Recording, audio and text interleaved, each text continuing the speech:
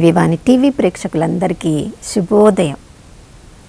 యేసుక్రీస్తు పరిశుద్ధ నామంలో ప్రియులారా, మీ అందరికీ స్వాగతం, సుస్వాగతం.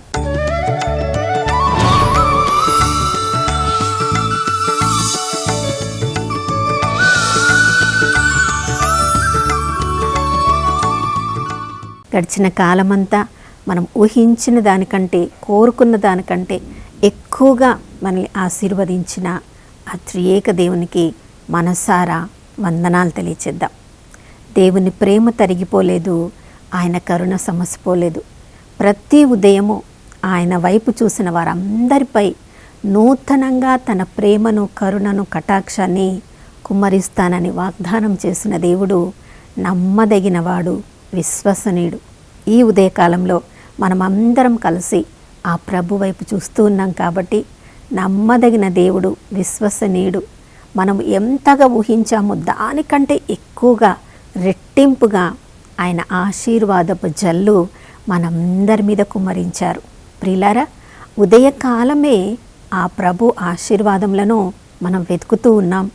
మరి రోజంతా కూడా ఆ ప్రభు యొక్క స్వరాన్ని విని ఆ ప్రభువు ఎలా మనల్ని నడిపించాలని ఆశపడుతున్నారో దానికి మనం విధేయించి ఆ ప్రభువు చెప్పిన ప్రకారము మనం జీవించినట్లయితే మనం ఊహించలేని ఉన్నత స్థితిలోనికి మనల్ని లేపాలని ఆ ప్రభు ఉదయకాలంలో ఆశపడుతున్నారు. కానీ మనమేమో ప్రార్థన చేసినప్పుడు మాత్రము, ప్రభా నీ చిత్తమే జరుగునుగాక, నీవే నాలో జీవించు ప్రభా, నీ యొక్క మార్గంలోనే ఈరోజు నేను నడుస్తాను ప్రభా అని చెప్తాము. కానీ మన స్నేహితుల ప్రభావం వల్లనో, మన యొక్క ఈ లోకపు ఆశల ప్రభావం వల్లనో, లేదా పరిస్థితుల ప్రభావం వల్లనో కొన్నిసార్లు దేవుని యొక్క మాట వినకుండా మన మాట, ఈ సంఘపు సమాజం మాట విని ప్రియులారా కొన్ని సమస్యలను మనమే కొని తెచ్చుకుంటున్నాం. చూడండి, ఇశ్రాయేలు ప్రజల జీవితంలో కూడా జరిగింది ఇదే. 81వ కీర్తన 8వ వచనంలో ప్రభు చెప్తున్నారు, ఇశ్రాయేలులారా మీరు నా మాట వినండి, నేను మేము హెచ్చరించుచున్నాను, మీరు నా మాట వినినా ఎంత బాగుండునో. ప్రియులారా, మనం ప్రార్థన చేస్తూ ఉన్నాం, దేవుడు మన ప్రార్థన ఆలకించడం లేదు, దేవుడు మన మాట వినడం లేదు. మనము చెప్పినవి దేవుడు వినాలి, మనము కోరుకున్న విధంగా దేవుడు మనకు అనుగ్రహించాలని మనం కోరుతాం. కానీ మనకి మన భవిష్యత్తు మనకు తెలియదు, దేవుడికి మన భవిష్యత్తు తెలుసు. కాబట్టి మనము కోరుకున్న ప్రకారం దేవుడు వినాలా? మన భవిష్యత్తు ఎరిగిన దేవుడి మాటను మనం వినాలా? ఇశ్రాయేలు ప్రజలు నా మాట వినలేదు అని 81వ కీర్తన 11వ వచనంలో ప్రభు చెప్తున్నారు. వారు నా మాట విని ఉండుంటే వారి శత్రువులను నేను ఎప్పుడో ఓడించి ఉండేవాడను అని ప్రభువు తన బాధను వ్యక్తం చేస్తున్నారు. నా ప్రియ సహోదర, సహోదరి, మన బాధలను, మన కష్టాలను ఎలా దాని నుంచి బయటపడాలో మనము మార్గాన్ని దేవుడికి చూపించాలా? మనము కోరుకున్నట్లుగా దేవుడు ఆ పరిస్థితి నుంచి బయటకు తీసుకొని రావాలా? మనం చెప్పే విధానము దేవుని దృష్టిలో జ్ఞాన సంబంధమైనది కాకపోవచ్చు, కానీ దేవుని మాట మనం వినుంటే మన జీవితంలో ఇంకా ఎంతో ఉన్నత స్థితిలో ఇప్పటి వరకు ఉండేవేమో. కానీ ఎవరి మాట మనం వింటున్నాం? పేతురు రాసిన 2వ లేఖ 3వ అధ్యాయము 3-4 వచనాల్లో మనం ఇలా చదువుతున్నాం. ప్రియులారా, తుది కాలంలో కొంతమంది అపహాసకులు వచ్చి తమ మాటలతో మనల్ని మోసం చేస్తారంట. మీరు దేవుడు ఉన్నారు అంటున్నారు, ఆ దేవుడు కనిపించడం లేదు. పరలోకం, నరకం ఉంది అంటున్నారు, అవి కంటికి కనిపించడం లేదు. దేవుడు ఒకరోజు తీర్పు చేయడానికి లోకంలో వస్తాడు అంటున్నారు, ఆ దేవుడే కనిపించడం లేదు. ఆ తీర్పు ఎప్పుడు జరుగుతుంది? ఎందుకంటే ఈ విషయాలు మేము ఎంతోమంది నుంచి విన్నాము, పూర్వీకుల నుంచి విన్నాము, వాళ్ళు గతించిపోయారు. తల్లిదండ్రుల దగ్గర నుంచి విన్నాము, వాళ్ళు గతించిపోయారు. ఇప్పుడు మేము వృద్ధాప్యంలోనికి వచ్చాము, కానీ అవి ఎక్కడ ఏమి కూడా జరగడం లేదు. యథాతథంగా అన్నీ జరిగిపోతున్నాయి. కానీ మీరు ఏదో జరుగుతుంది, దేవుడు వచ్చి ఏదో చేస్తాడని మీరు మాట్లాడుతున్నారు, అదంతా కూడా అబద్ధం అని మనల్ని తప్పుదారిలో నడిపించే కొందరు అపహాసకులు వచ్చి మన యొక్క గురిని, తృష్ణను దేవుని మీద నుంచి మరల్చి ఈ లోకపు అజ్ఞానం మీదికి వాళ్ళు మరల్చడానికి మాట్లాడుతున్నప్పుడు అలాంటి మాటల యొక్క ప్రభావము మన మీద పడేలా మనము మన జీవితాన్ని అనుమతిస్తున్నామా? చూడండి, లోకంలో ఎంతోమంది లోక ప్రకారము పండితులు కావచ్చు, విజ్ఞానులు, లోక ప్రకారం విజ్ఞానులు కావచ్చు. కొరింథీయులకు రాసిన మొదటి లేఖ 1వ అధ్యాయం 20వ వచనంలో మనం చదువుతున్నాం. ఈ లోకంలో ఉన్న పాండిత్యం సంగతి ఏమైంది? ఆ పండితుల సంగతి ఏమైంది? ఈ లోకంలో ఉన్న అజ్ఞానుల సంగతి ఏమైంది? ఈ లోకంలో ఎంతోమంది తమకు తాము పండితులు అనుకుంటున్నారు. మనలాంటి వాళ్ళని మనకి పాండిత్యం లేదు, అజ్ఞానులము అనుకుంటున్నారు.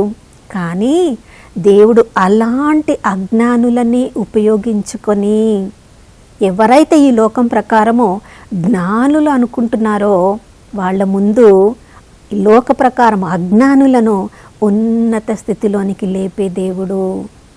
అవును ప్రియులారా, అందుకని రోమిలకు రాసిన లేఖ 1వ అధ్యాయం 20వ వచనం నుంచి ఈ ఒక్క మాటతో ఇంత గొప్ప సృష్టిని చేసిన ఆ దేవుని శక్తిని, ఆయన పాండిత్యాన్ని, ఆయన జ్ఞానాన్ని ఆత్మలో మనం అర్థం చేసుకోగలిగితే ఈరోజు కూడా ఈ లోకానికి అర్థం కానీ, ఈ లోకము నమ్మని దేవుని మాటను మనం నమ్మితే దేవుడు మన జీవితాలను ఎంతోమందికి అర్థం కాకపోయినా అందరికంటే శ్రేష్టమైన స్థితిలోనికి లేపగలిగిన శక్తి కలిగి ఉన్నాడు.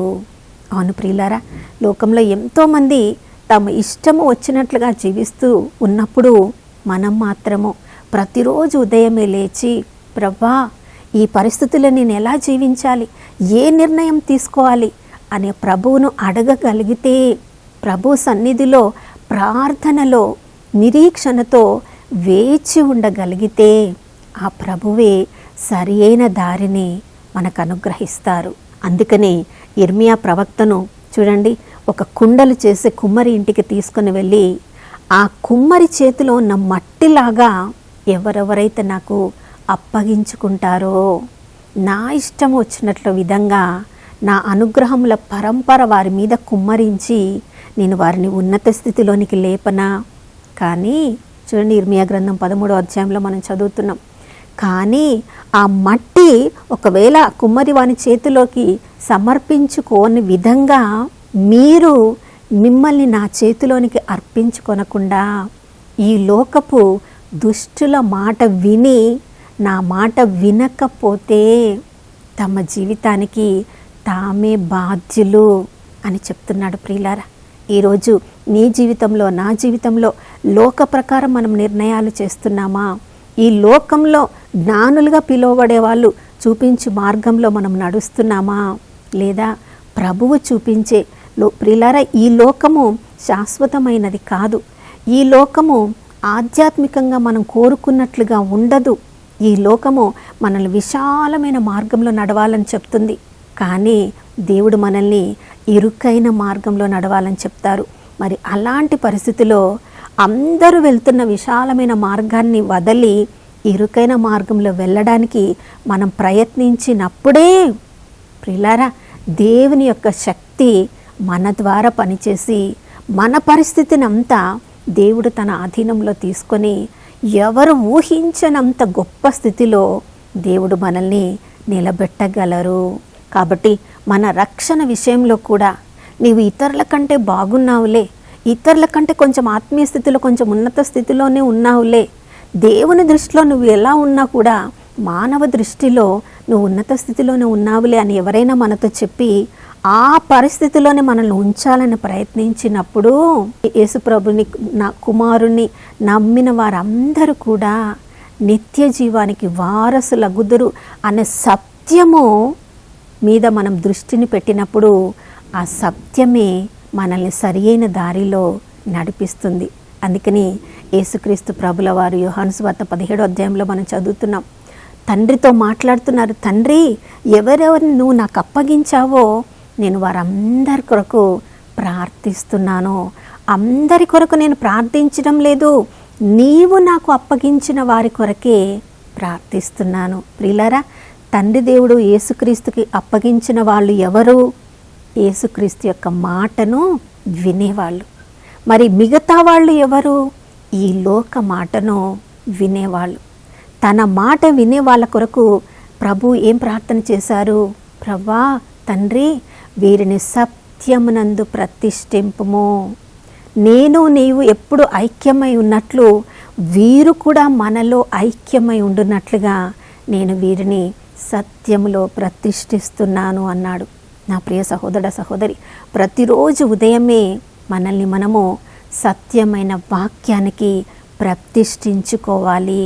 వాక్యాన్ని చదివి, వాక్యాన్ని ధ్యానించి, వాక్యాన్ని చూపించే మార్గంలో మనం పయనించగలిగితే మన పాదములకు దీపమైన వాక్యము ఆ పాదములకు ఈ లోకం చెందిన ఏ అడ్డంకులు, ఏ వ్యసనాలు చిక్కుకొనకుండా సరియైన దారిలో మనల్ని నడిపించడానికి ఆ వాక్యమే మనకి దీపంగా, మన త్రోవకు వెలుగులాగా ఉండి సరియైన దారిలో మనల్ని నడిపిస్తుంది. కాబట్టి నా ప్రియ సహోదర సహోదరి, ఈ ఉదయకాలమే మన జీవితపు వ్యక్తిగత పరిస్థితి, మన కుటుంబ పరిస్థితి ఎలా ఉన్నా కూడా ఈ లోకంలో ఎంతోమంది జ్ఞానం కలిగిన వాళ్ళు దేవుని వాక్యానికి విరుద్ధంగా ఏ పరిష్కారాన్ని మనకు చూపించినా దాన్ని మనం తిరస్కరించి ప్రభువు చెప్పిన మాటను వినడానికి మన హృదయాలను సిద్ధపరచమని ప్రార్థించుకుందాం.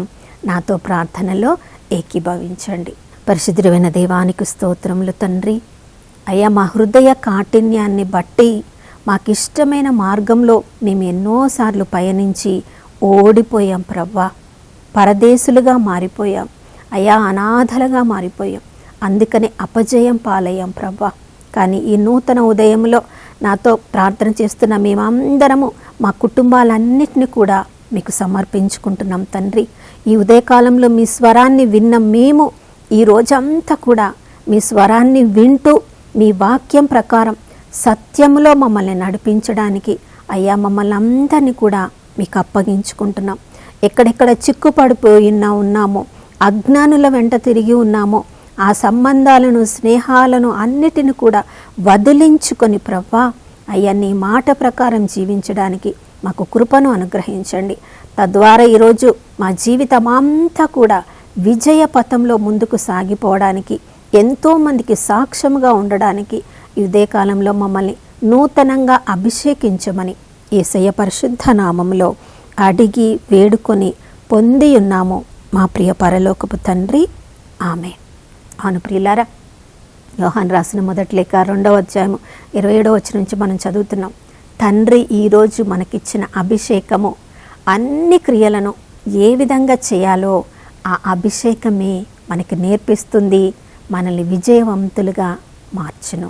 మరొక నూతన శుభోదయంలో మనం అందరం కలుసుకునే వరకు దివ్యవాణి టీవీని వీక్షిస్తూ ఉందాం.